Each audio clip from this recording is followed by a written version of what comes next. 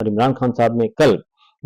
بہت سارے کریکٹرز جو ہیں، بہت سارے کردار وہ انفولڈ کر دیے ہیں، ان کی نشاندہی کر دی ہے، لیکن ان کا تیا پانچا کب ہوگا یہ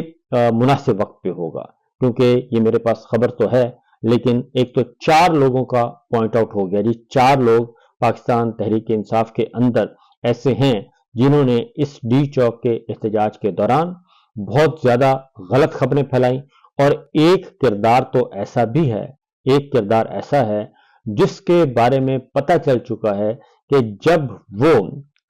بلو ایریا میں داخل ہوا، اور بلو ایریا میں داخل ہونے کے بعد جب سے وہ داخل ہوا اس کے بعد اسے دیکھا گیا اس کنٹینر کے پاس جہاں پہ ساؤنڈ سسٹم تھا، جہاں پہ لاؤڈ سپیکر تھے، اور وہاں پہ اس کے بعد سے جیسے ہی وہ انہوں نے یہ جگہ چھوڑی ہے اس کے بعد وہ کنٹینر جو ہے اس کا لاؤڈ سپیکر خراب ہو گیا، پھر لائٹ سسٹم خراب ہو گیا، پھر اس کو کوئی ٹھیک کرنے نہیں آیا، اور یہیں سے اس سازشوں کے تانے بانے شروع ہو چکے ہیں، کیونکہ علیمہ خان صاحبہ نے بھی کہا کہ شام 4 بجے ہی جو ہے وہ ساؤنڈ سسٹم خراب ہو گیا تھا، اور کارکنان کے درمیان اور لیڈرشپ کے درمیان رابطہ منقطع ہو گیا کہ واضح طور پہ کوئی اناؤنسمنٹ نہیں ہو رہی تھی، کوئی مخاطب نہیں ہو جا رہا تھا، تو سب حیران تھے کہ آخر یہ ہو کیا رہا ہے۔ پھر ایک اور بھی جو خبر سامنے آئی ہے وہ آئی ہے بشرا بی بی کی گاڑی پر فائرنگ بھی ہوئی، اور بشرا بی بی کی گاڑی پر باقاعدہ طور پہ فائر بھی ہوئے، اور وہ بھی چیز سامنے آ چکی ہے۔ پھر ایک اور انکشاف سامنے ہوا ہے، نظر آیا جی کہ بشرا بی بی کو چھوڑ کر گنڈا پور صاحب اپنی گاڑی پر نکل چکے تھے، اور اس کے بعد بشرا بی بی پچھلی گاڑی میں تھیں، اور پھر بشرا بی بی کی گاڑی پر فائرنگ بھی ہوئی، اور اس کے بعد پھر آگے جا کے بشرا بی بی کو گاڑی تبدیل کروائی گئی، اور تبدیل کروا کے پھر آگے، اور اس کے بعد علی امین گنڈا پور اور بشرا بی بی کا جو قافلہ عمر ایوب صاحب نے بتایا کہ اس کو بار بار روکنے کی کوشش بھی کی گئی۔ عمر ایوب صاحب نے یہ بھی بتایا کہ بشرا بی بی علی امین گنڈا پور والی گاڑی میں نہیں تھیں، بلکہ وہ پچھلی گاڑی میں تھیں، اور اس گاڑی کے ساتھ کیا ہوا اس کی فوٹیج بھی سامنے آ چکی ہے کہ اس گاڑی پر 2 فائر کے نشان بھی نظر آ رہے ہیں۔ تو اسی طریقے سے یہ ساری چیزیں جو ہیں وہ اب آہستہ آہستہ سامنے آ رہی ہیں۔ دوسرا جو کمیٹی عمران خان صاحب تک پہنچائی گئی اور نام دیے گئے، وہ نام بھی علی امین گنڈا پور صاحب نے فائنل کیے تھے۔ اس میں نام تھا ایک بیرسٹر گوہر کا، دوسرا تھا بیرسٹر سیف کا، تیسرا تھا علی محمد خان صاحب کا، اور چوتھا تھا شیر افضل مروت صاحب کا۔ لیکن ان میں سے بھی 2 لوگ جو ہیں علی محمد خان صاحب اور شیر افضل مروت صاحب وہ نہیں گئے عمران خان صاحب سے ملنے کے لیے، اور زیادہ امکان جو اب پتہ چلا وہ یہ تھا کہ اگر یہ سب کے سب جاتے، اور چونکہ انہوں نے جا کے عمران خان صاحب کو آمادہ کرنا تھا، ان کو ٹاسک دیا گیا تھا کہ آپ عمران خان صاحب کو ایک ایسی تصویر پیش کریں گے، ایک ایسی خبریں دیں گے کہ وہ ہر صورت میں ڈی چوک جانے سے منع کر دیں، اور وہ سنگجانی پہ یا کسی بھی دور مقام پہ مان جائیں، اور یہ اس کے لیے۔ لیکن علی محمد خان صاحب نہیں گئے، اور شیر افضل مروت صاحب بھی درمیان میں ہی کڑوم ہو گئے، اور گئے بیرسٹر سیف صاحب اور بیرسٹر گوہر صاحب، اور انہوں نے ظاہر ہے وہ بیرسٹر گوہر جو ہیں انہوں نے وہ باتیں نہیں کی، اور جو کہ ان کو کہا گیا تھا وہ بہرحال انہوں نے اپنا پلو بچایا۔ اس کے بعد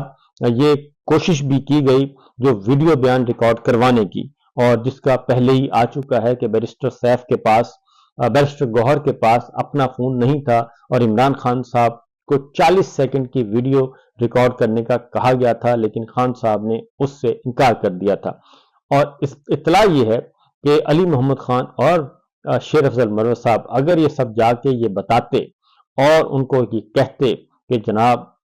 یہ سب کچھ ہو گیا ہے، تو بشرا بی بی، ظاہر ہے بشرا بی بی کی شکایات لگانی تھی، تو ان کو ٹاسک دیا گیا تھا کہ آپ نے بشرا بی بی کی جا کے شکایتیں لگانی ہیں کہ اس کی وجہ سے بہت زیادہ مسائل پیدا ہو رہے ہیں، اور ہمیں ڈی چوک نہیں جانا چاہیے، اور ہمیں سنگجانی پہ آمادہ ہو جانا چاہیے، اور یہ سب کچھ ان کو کہا گیا تھا۔ اس کے جواب میں یقیناً عمران خان صاحب نے جو کچھ کہنا تھا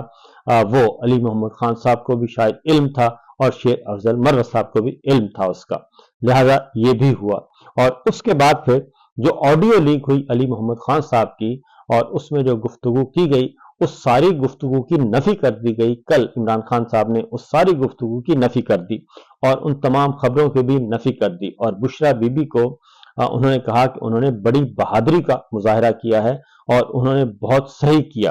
اور یہی وجہ ہے کہ کل ایسا ہوا کہ علی امین گنڈاپور صاحب پھر ایک اور میں آپ کو بتاؤں کہ ایک کمیٹی کی میٹنگ کے دوران علی امین گنڈاپور نے بشریٰ بی بی سے کلین چٹ لینے کی بھی کوشش کی، اور clean chit Bushra Bibi نے نہیں دی، اور انہوں نے خاموشی اختیار کی، اور وہ اس انتظار کر رہی ہیں کہ یہ ساری باتیں جا کے عمران خان صاحب کو بتائی جائیں۔ اور اسی طریقے سے علیمہ خان صاحبہ بھی عمران خان صاحب کو ساری صورتحال سے آگاہ کرنا چاہ رہی تھیں، لیکن انہیں کل ملاقات کی اجازت نہیں دی گئی۔ تو یہ تو ایک سازشوں کا تانا بانا جو ہے وہ پاکستان تحریک انصاف کے اندر بھی بنا جا رہا ہے، اور عمران خان صاحب کے ساتھ بھی کھیل کھیلنے کی کوشش کی جا رہی ہے۔ کچھ بہت زیادہ ہمدرد بن کے کھیل کھیلنا چاہ رہے ہیں، کچھ اسٹریٹجسٹ بن کے کھیلنا چاہ رہے ہیں، اور یہ سب کچھ، لیکن 4 کردار جو ہیں عمران خان صاحب پوائنٹ آؤٹ کر چکے ہیں، اور ان میں سے 4 میں سے تعلق جی، ایک کا تعلق بھی خیبر پختونخوا سے ہے، دوسرے کا بھی خیبر پختونخوا سے ہے، تیسرے کا بھی خیبر پختونخوا سے ہے،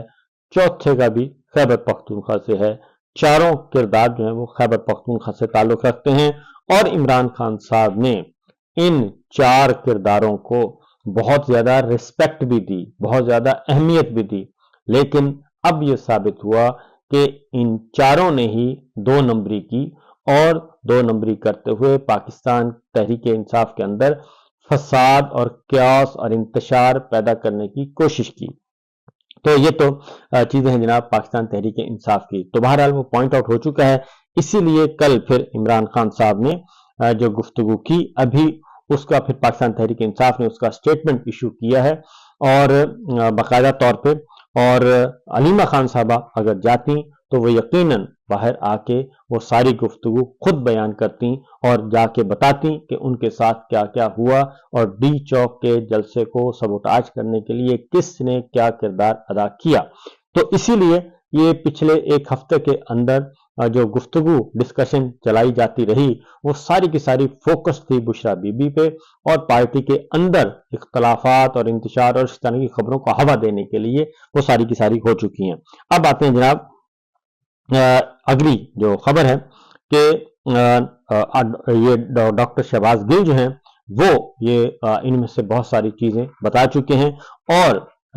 میری اطلاع کے مطابق کل جو کمیٹی کا اجلاس ہوا ہے، اس میں جب عمران خان صاحب کی طرف سے ساری باتیں آ گئیں، تو پھر 2 سے 3 رہنماؤں نے کلاس لی ہے ان سارے، خاص طور پہ علی محمد خان صاحب سے پوچھا گیا، بیرسٹر صاحب سے پوچھا گیا، اور اس کے ساتھ ساتھ جو شیر افضل مروت صاحب جی، ان تینوں سے کل پھر باز پوس بھی ہوئی ہے، اور میری اطلاع کے مطابق آنے والے دنوں میں اس بارے میں کچھ اہم فیصلے عمران خان صاحب خود لیں گے۔ تو سچویشن اس وقت یہ ہے جناب کہ اگلی جو خبر ہے وہ ہے اسلام آباد کا جو ڈی چوک میں جو کچھ ہوا، قتل عام ہوا۔ اب عمران خان صاحب نے کل ایک بات کی ہے، انہوں نے کہا جی کہ ہم اس کو اقوام متحدہ میں لے کے جائیں گے، اور شہداء مارچ کیا جائے پشاور میں، جو اسلام آباد کے شہداء ہیں ان کے ساتھ ان کی یاد میں یہ کیا جائے جی شہداء مارچ، اور اس معاملے کو دبنا نہیں چاہیے بلکہ اس کو پوری دنیا میں پھیلائیں جو قتل عام کیا گیا، نمبر 1۔ نمبر 2 جی ہوا یہ ہے کہ اب چونکہ یہ جب سے عمران خان صاحب نے کہا کہ انٹرنیشنل کورٹ آف جسٹس میں، انٹرنیشنل کورٹ میں، اور اقوام متحدہ میں، اور اقتدار کے عالمی ایوانوں میں، ہر جگہ پہ یہ اسلام آباد کے قتل عام کے بارے میں آگاہی دی جائے، اویئر کیا جائے لوگوں کو، اور ہر جگہ پہ، ہر فورم پہ، اس عالمی فورمز پہ اس کے دستخط دی جائے۔